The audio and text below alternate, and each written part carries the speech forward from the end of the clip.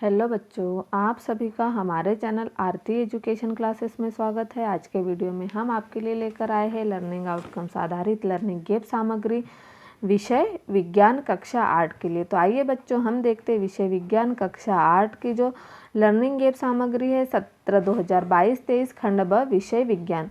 तो आइए बच्चों, हम देखते हैं अध्याय 17 वर्ण हमारी जीवन रेखा। पिछले वीडियो में हम आपके लिए लेकर आए थे अध्याय 15 प्रकाश। इस वीडियो में हम लेकर आए हैं अध्याय 17 वन हमारी जीवन रेखा। तो यहाँ लर्निंग आउटकम्स दिया हुआ है।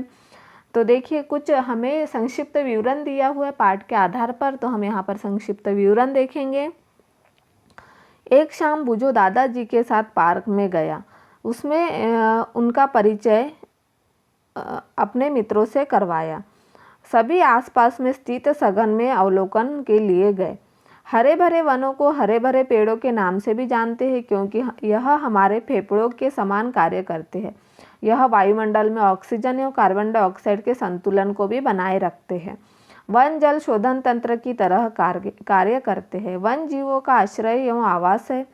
शेर, चीता, बाघ, हिरन, बारहसिंगा, भालू, हाथी, शुकर, बायसेन, गीदड़ सघन वनों में रहते हैं। वन इन्हें आश्रय एवं आवास देते हैं। जंगली वृक्ष, देखिए वृक्ष क्या है, वन साल, टीक, सेमल, शीशम, नीम, पलाश, अंजीर, खैर, अम्बा, आंवला, बांस, कवनार, बबूल वन में पाए जाने वाले वृक्ष है। इन जीवों का आवास है, यह वन जीवों का आवास है। जंगली जीव सघन वनों में रहते हैं एवं अन्य जंगली जीव भी वनों में रहते हैं।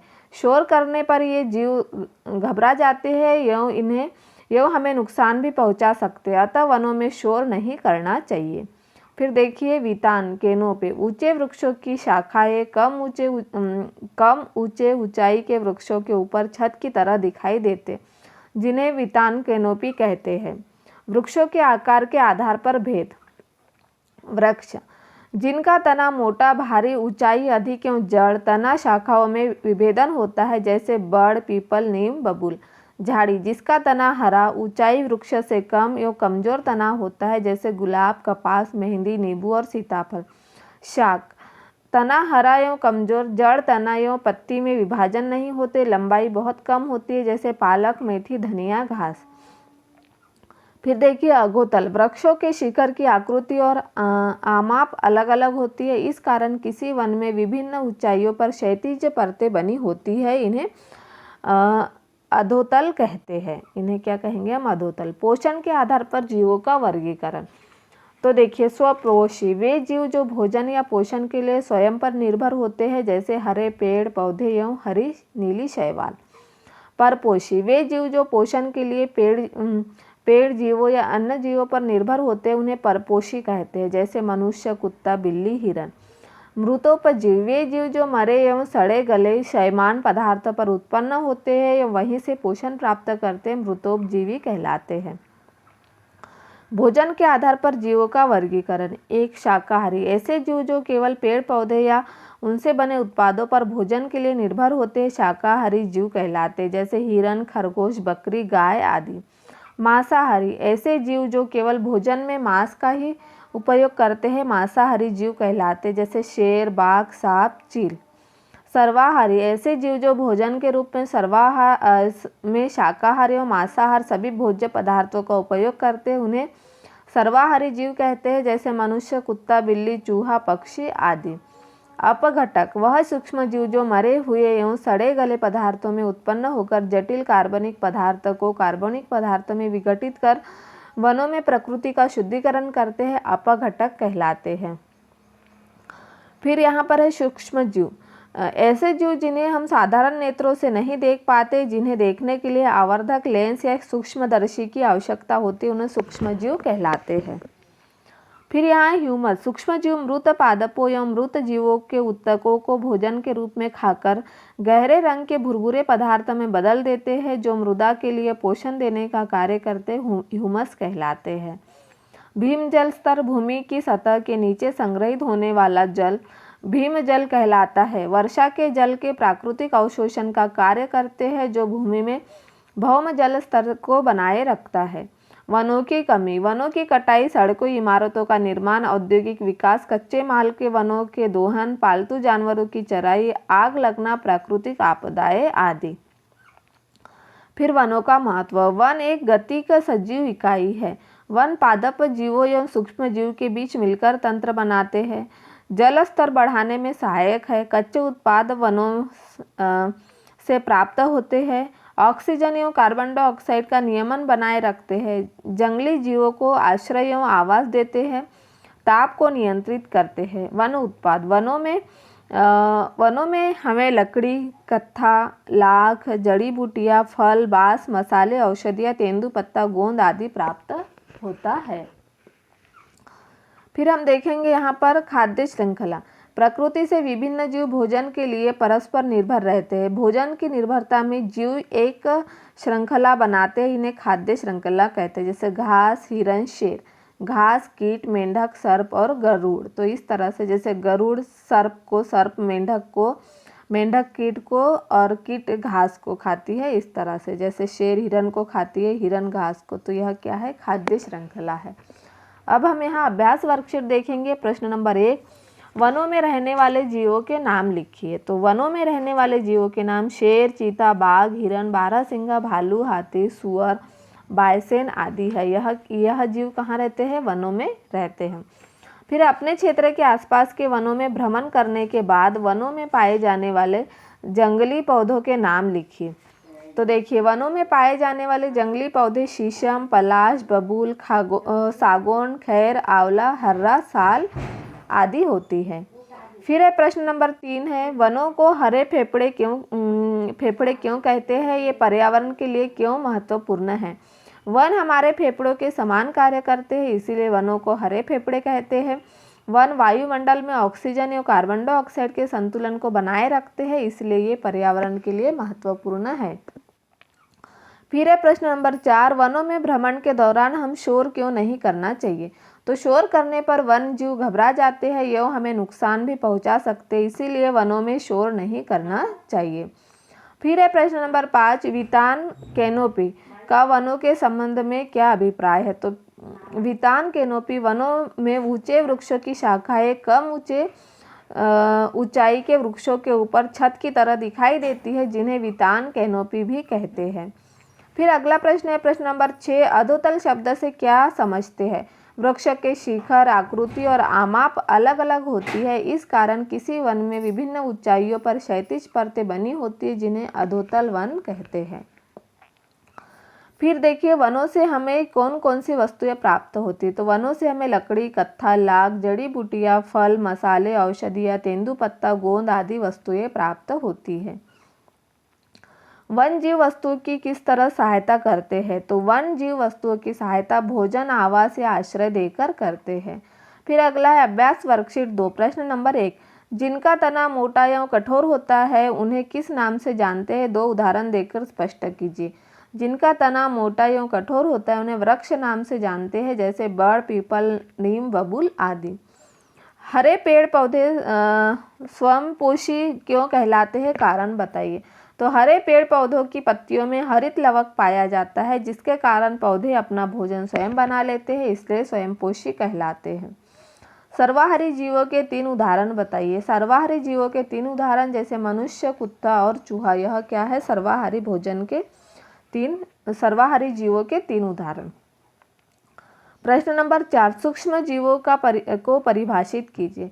ऐसे जीव जिन्हें हम साधारण नेत्रों से नहीं देख पाते, जिन्हें देखने के लिए सूक्ष्मदर्शी की आवश्यकता होती है, उन्हें सूक्ष्म जीव कहते हैं। प्रश्न नंबर 5 है, अपघटक पर्यावरण के लिए लाभकारी क्यों माने जाते हैं?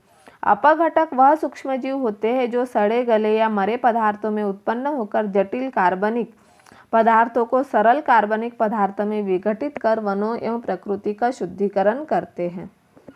प्रश्न नंबर 6 है, सूक्ष्म जीव से ह्यूमस कैसे बनता है? तो सूक्ष्म जीव मृत पादपों एवं मृत जीवों के ऊतकों को भोजन के रूप में खाकर गहरे रंग के भुरभुरे पदार्थों में बदल देते हैं, जो मृदा के लिए पोषण देने का कार्य करते हैं। इस प्रकार से ह्यूमस बनता है।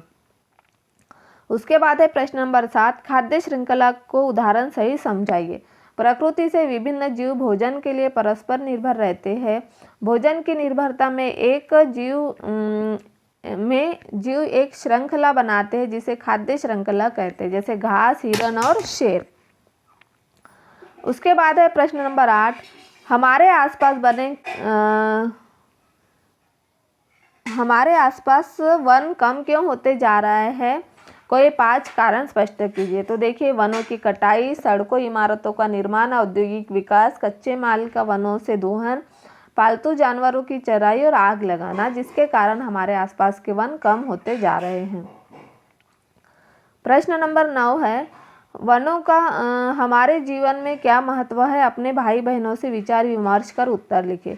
तो वनों का हमारे जीवन में महत्व से हमें भवन निर्माण की सामग्री मिलती है। वन जल स्तर बढ़ाने में सहायक होते हैं। वनों से हम औषधियाँ, जड़ी बूटियाँ प्राप्त होती है। वन तापमान को सामान्य बनाने में सहायक है। वन दूषित वायु को ग्रहण करके शुद्ध एवं जीवनदायक वायु हमें प्रदान करते हैं। तो इसीलिए वन हमारे जीवन में महत्वपूर्ण होते हैं। फिर है यहाँ पर प्रश्न नंबर 10, भूजल स्तर भीम जल स्तर को बढ़ाने में किस तरह सहायक है? तो देखिए, भूमि की सतह के नीचे संग्रहित होने वाला जल भौम जल कहलाता है। वन वर्षा कराने में सहायक होते हैं एवं वन वर्षा के जल का अवशोषण करते हैं, जो भूमि में भौम जल स्तर को बनाए रखते हैं। उसके बाद अगला प्रश्न है हमारा प्रोजेक्ट कार्य का। तो अपने आसपास पाए जाने वाले पेड़ पौधे एवं पत्तियों को एकत्र कर चिपकाए एवं हार्वेरियम बनाए पौधों के नाम जानकर लिखिए। तो देखिए, यहाँ पर हमने पेड़ पौधे और हरा चित्र हार्वेरियम का यहाँ पर चित्र बनाया हुआ है, तो इसे आप भी बना लीजिए। उसके बाद है हमारा वनों में पाए जाने वाले विभिन्न जीव जंतुओं का चित्र काटकर अपनी कॉपी में चिपकाइए। तो यह विभिन्न जीव जंतुओं का चित्र है। वनों से प्राप्त 5 वन उत्पादों के नाम लिखे। वे किस वृक्ष से प्राप्त होते हैं? उनका उपयोग कहाँ कहाँ किया जाता है? तो क्रमांक 1, वन उत्पाद वृक्ष का नाम, वन उत्पादों का उपयोग। तो देखिए, गोंद कहाँ होता है? अकोशिया बबूल, व्यापार हेतु तथा दवाई हेतु। औषधियाँ आंवला, दवाई बनाने में। औषधियों में नीम, दवाई बनाने में। कत्था खैर, पान के साथ खाने में। प्लाईवुड शीशम सागौन, फर्नीचर बनाने में। और ईंधन की लकड़ी महुआ पलाश जलाने के लिए। तो इस तरह से हमें वन उत्पाद का उपयोग और वृक्षों के नाम हमने यहाँ कॉलम में लिख दिए हैं। उसके बाद हमारा अगला प्रश्न है प्रश्न नंबर 4, यदि वन ना हो तो पर्यावरण पर क्या प्रभाव पड़ेगा? स्पष्ट कीजिए। यदि वन ना हो तो पर्यावरण में असंतुलन आ जाएगा। अनेक प्रकार के प्राकृतिक आपदाएं उत्पन्न होगी। वनों के बिना प्रदूषण का स्तर बढ़ जाएगा एवं जीवन यापन करना संभव नहीं होगा। फिर है प्रश्न नंबर 5, वनों का महत्व पर अपने विचार लिखिए। वन जल स्तर बढ़ाने में सहायक होते हैं। वनों कच्चे उत्पाद प्राप्त होते हैं और वन ताप को नियंत्रित करते हैं। उसके बाद हमारा अगला प्रश्न है स्व आकलन, रिक्त स्थानों की पूर्ति कीजिए। वनों को हरे फेफड़े कहा जाता है। वनों में ऊंचे वृक्षों की शाखाएं कम ऊंचाई से वृक्षों के ऊपर छत की तरह दिखाई देती है, जिन्हें वितान कहते हैं। परपोषी भोजन के लिए पेड़ पौधे अन्य जीवों पर निर्भर रहते हैं। शाकाहारी जीव भोजन के लिए पेड़ पौधों पर निर्भर रहते हैं और शाक वन में निम्न परत बनाते हैं। इसके बाद अगला प्रश्न है जोड़ी मिलाइए। हमें यहाँ जोड़ी मिलाना है। देखिए, वनों की ऊपरी परत जिसे क्या कहेंगे हम? कनोपी वितान। सर्वाहारी जीव क्या है? मनुष्य, कुत्ता और बिल्ली। मृतोपजीव मरे एवं सड़े गले पदार्थों का उत्पन्न सूक्ष्म जीव। भौम जल स्तर भूमि की सतह के नीचे का जल स्तर। वर्ण उत्पाद गोंद, कत्था, लकड़ी, लाख, जड़ी बूटी। यह क्या है? गोंद उत्पाद है। उसके बाद प्रश्न नंबर 3 है वनों में सभी अवयव एक दूसरे पर निर्भर रहते, कुछ भी व्यर्थ नहीं जाता। सही। वनों में वनस्पतियों की विभिन्न परतें जंतुओं, पक्षी और कीटों को भोजन का आश्रय प्रदान करते हैं। सही। वन जलवायु एवं जल चक्र को प्रभावित नहीं करते। गलत। सूक्ष्म जीवों द्वारा मृत पादपों एवं जीवों पर क्रिया द्वारा बनने वाले उत्पाद ह्यूमस है। सही। सूक्ष्मदर्शी या आवर्धक लेंस की सहायता के बिना भी सूक्ष्म जीवों को देखा जा सकता है, गलत। तो इस तरह से हमने यहाँ पर पार्ट जो 15 था उसके प्रश्न उत्तर, अभ्यास वर्कशीट, स्व आकलन और मूल्यांकन सभी कार्य पूर्ण करवा दिए हैं। तो इस तरह से आप इसे पूर्ण कर लीजिए। और यदि आपको हमारे आगे के और संपूर्ण विषय के ब्रिज कोर्स के वीडियो देखना है तो हमारे चैनल को सब्सक्राइब कर लीजिए और बेल आइकन को प्रेस करना ना भूलिए, ताकि आपको हमारे आने वाले वीडियो के नोटिफिकेशन मिलते रहेंगे।